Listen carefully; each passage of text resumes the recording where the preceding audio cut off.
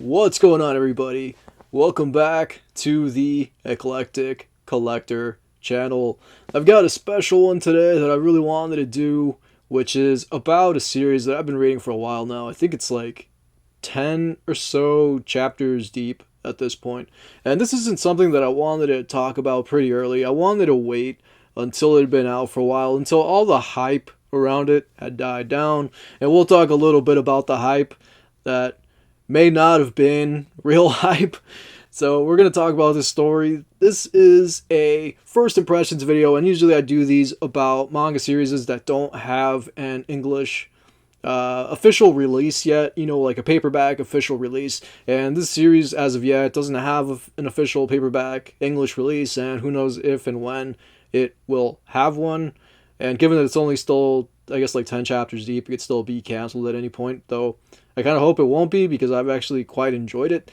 So let's do this. If you got 15 minutes for me, let's talk about Kagurabachi.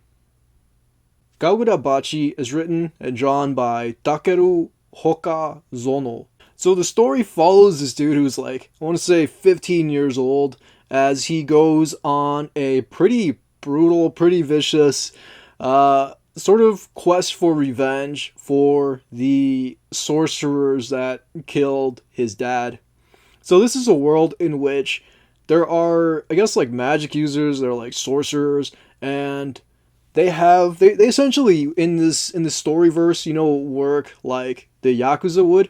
And I'm not sure if the Yakuza actually exists in this world or not, or if it's just like these dudes, that are the sorcerers, and then there's like mafia type underbosses, like Yakuza type underbosses or whatever, that ultimately all work for this bigger entity, which is the sorcerers. So pretty much what happens with the story, and when I do these videos, I try not to like go too overboard with spoiling stuff. I mostly just try to set up, what the story's about and my thoughts on it. And if you've read this story, I'd love to know your thoughts about it.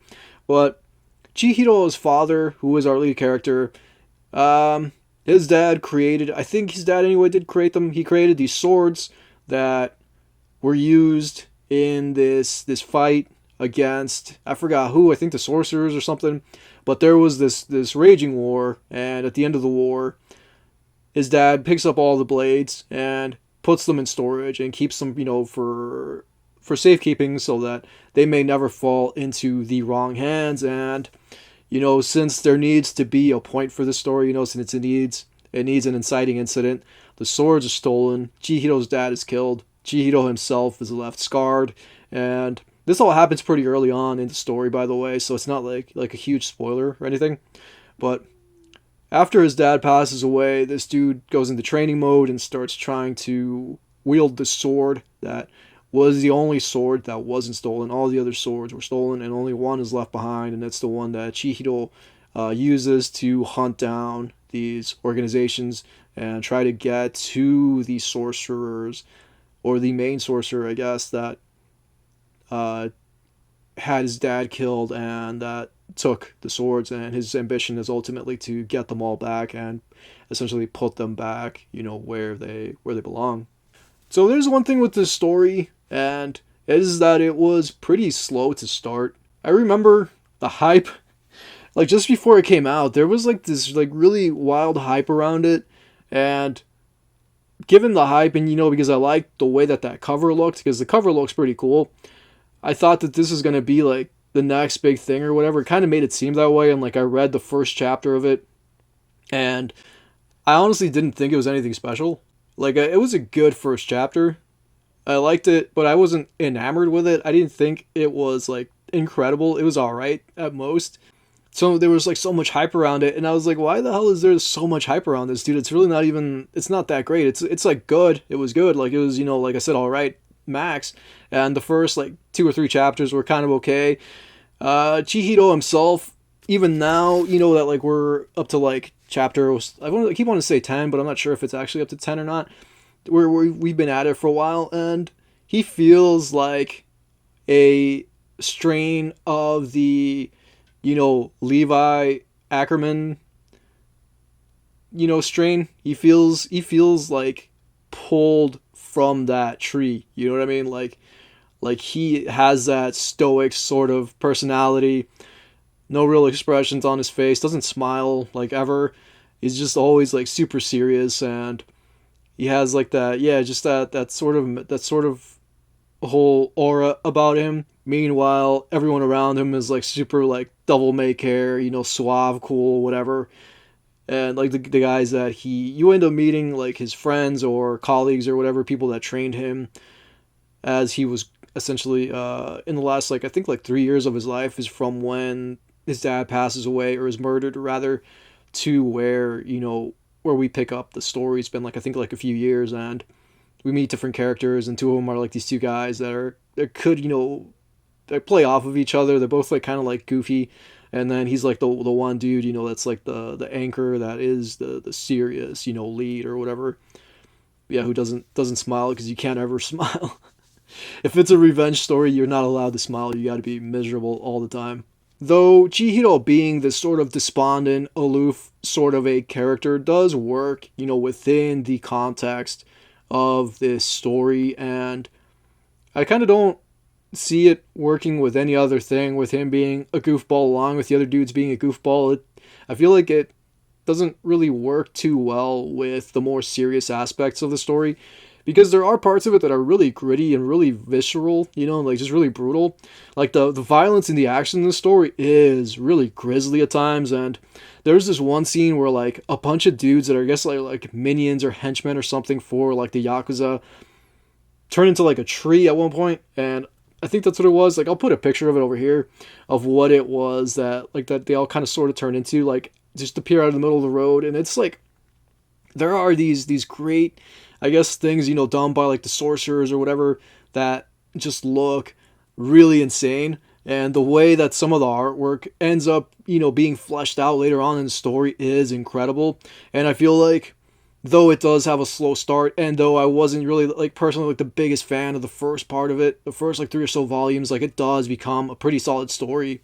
And from what I remember, before it came out, like, there was this whole hype around it, and that hype was actually just, like BS. Like, I don't know, some people on, like, Reddit or whatever thought it would be funny to build up hype around this story before it ever came out. I don't know why, but I guess they just thought it'd be hilarious to do something like that. And I mean, it ended up working in the story's favor, because the first chapter of Kagurabachi outperformed some outperformed new chapters of manga that's been running for a while, that just has like a pretty massive following.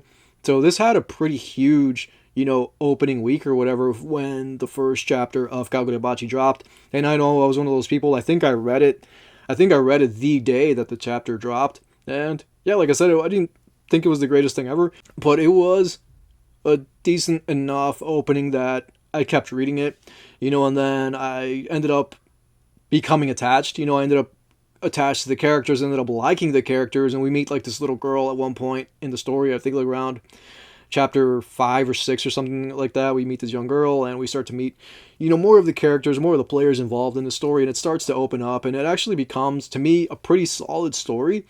And hopefully, it does eventually get a physical release. And I wanted to wait until after the hype died down. And I feel like, to me, like, nobody's really talking about it anymore, because everybody like did their videos and did or whatever talks about it when the first chapter dropped. They did their TikToks, they did the whatevers that they were going to do, and I feel like everybody that was going to talk about it did so already.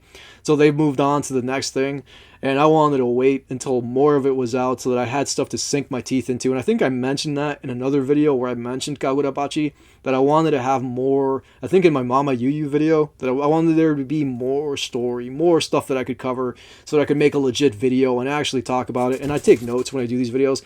These are, for the most part, like, I kind of, will ramble, but I have like talking points that I want to, address, so that when I finish this video, I'm not like, damn dude, I should have said that. So like, I will sit there for like days and write out, a whole script. And I didn't even start writing the script or these talking points rather, until the story was already, like 6 or 7 chapters deep. Until, like, I was like, what, there is enough here that I think I can, get my thoughts out about it. And, there is a dude who is essentially like for now, the villain, I don't know if he's going to be like the main central villain throughout. He's definitely not like the top boss, but he is like a hound of hell type of character, like this dude who doesn't care, who's like, the wants to watch the world burn type of character. That's what he feels like, just super unhinged. There's one thing that I am a fan of. It's a good villain. And I feel like this story has a really good villain in the dude that Chihiro ends up having to fight. And I don't want to say why he fights him or, like the circumstances leading up to that fight. But it has nothing to do with the blades that went missing. Though the dude does wield one of those blades. But his part in it, the villain's part in it, is something aside from the blades and aside from Chihiro. And like I said, I won't get into that. I don't want to like spoil the whole story for you because like I do want you all to read it, and I like talking about things with you, and like I like suggesting things, and I like people suggesting me things because I don't know everything and I don't claim to know everything. I used to say that a lot in the beginning of the channel, that like I don't know everything and I don't claim to know everything. And I feel like I haven't said that in a really long time, but it's true. I don't know everything. I don't claim to know everything. I just like reading manga, dude. I like talking about it with you all. I think it's a great exchange, to sit here and be able to have an audience that wants to know my thoughts, and that, I like to hear your thoughts on things, and I always ask, what your thoughts are. And I love a good villain, and I feel like this story has a good villain in that dude whose name, I don't remember if they said his name or not. They probably did, and I just went in one ear and out the other, because I usually read this at work on my lunch breaks, and like I only have like a set amount of time. So yeah, like the villain in the story is solid, dude. I think he's one of my favorite villains in pretty much like any of the manga that I've read recently, because I've read a bunch of different stuff. I read a bunch of stuff that I read for these first impressions videos, and then like I just read stuff that came out this year and whatnot. And I think just like I can't think of off the top of my head right now of a villain that I liked more than the villain of this story. I think that this dude is actually like a really good villain. This story, from like I said, weak opening to me, like mediocre opening. First 2-3 chapters, not that great. They're okay, but I still kept reading it because I wanted to give it a shot. Like I like to give stories a shot, and I'll keep reading them. I'll give most stories a shot till like chapter 10 or so, and if by then if I'm still not interested in it, if by then I've lost interest in it, I will completely abandon it. So this definitely reminds me a little bit of different things, right? Like I'm calling the main villain right now because for now he's like the villain. He kind of reminds me of the one dude from Jujutsu Kaisen. I think his name is Toji, but I can't remember. I'm gonna put a picture of him right there, where he just has like this really like sort of cool, like mysterious nature about him. But then he's also just like this ruthless killer who doesn't care. He'll do anything for money. He'll kill kids. He'll kill whoever. Like, dude does not care. And that's kind of the vibes I get from this dude. I get that, and like I get like Raid Redemption 2 vibes from pretty much like, yeah, from when that dude's introduced. I think like chapter 7 or 8 or something. Whenever he's introduced to now, there is like this really thick like Raid 2 sort of vibes, and then Mob Psycho 100, just with the power scaling and how much stronger everything seems. Because in the beginning, Chihiro does seem like he's just going to be like super OP, and nobody's going to be able to beat him until he fights this dude, and this dude like immediately puts him in his place. This is just a guy that he's not ready for, and he might not be ready for a while. And from what I've read and from what I've seen of the story, dude, it's solid, it's strong. I like the characters.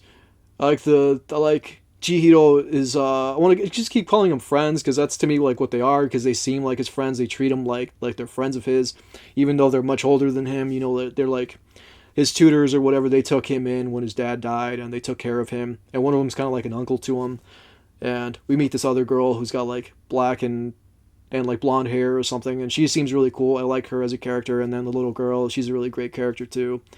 And you start to learn more about the world lore, and you see like the way that the weapons were forged and the purpose for them being forged. So there's like a history there, and then this is a time of peace, like Mama Yu, where it's like a time of peace, and that peace is broken by these sorcerers, and then that sets up this whole story of revenge, and where we're gonna go with Chihiro and how far he's gonna have to delve, into the depths of darkness. And that's, that made me like, okay, this is going to go somewhere, and the story is going to get even better. And I do believe that it has the potential to become one of the best running series on Shonen Jump. And those might be some super bold words. I may come to eat those words. I hope not. I hope it doesn't get canceled. It's too early to tell, because it's only like 10 chapters. And usually stories, if they get canceled, they get canceled around like chapter 30 or something like that. So I'm really hoping that this doesn't get canceled. I'm hoping that it has a massive longevity, that it has a ton of chapters, that it goes somewhere. Because it definitely deserves to. It definitely deserves to flesh out, to have enough time to, spread its wings and fly, dude. And it kind of bugs me that they do that, dude, that they do that to stories. They clip their wings when they're like 20 chapters deep. They clip their wings when they're like 30 chapters deep, and it's like, it's just getting going, dude. Like, we're just getting to the meat and potatoes, and now that story is done and over, and that's all we got. And I know this video ended up being way longer than I would have liked, but I hope I got across this story. I hope I got across the ambiance of the story. I know I ramble a lot, so I don't know if I was able to properly, do this series some justice, but I like the artwork quite a bit. I like the characters. The world building, I think, is solid. I think it's going to get better once it's allowed to expand more, because it's only like 10 chapters. But in those 10 chapters, I feel like they've told a pretty adequate story, and one that, once it gets going, is going to become pretty big, I hope. And yeah, we'll see. I always like to close these out by asking you all, what are you currently reading? How are you doing? How's everything going? I hope that you are doing well. This is one of the last videos we're going to drop this year. I think I got I may have two or three more to drop this year. I just got my hands on Innocent, and I really want to cover Innocent before the end of the year. So hopefully we can get to that. I'm actually on vacation. As of right now, I'm on vacation for the rest of the week into beginning of next week.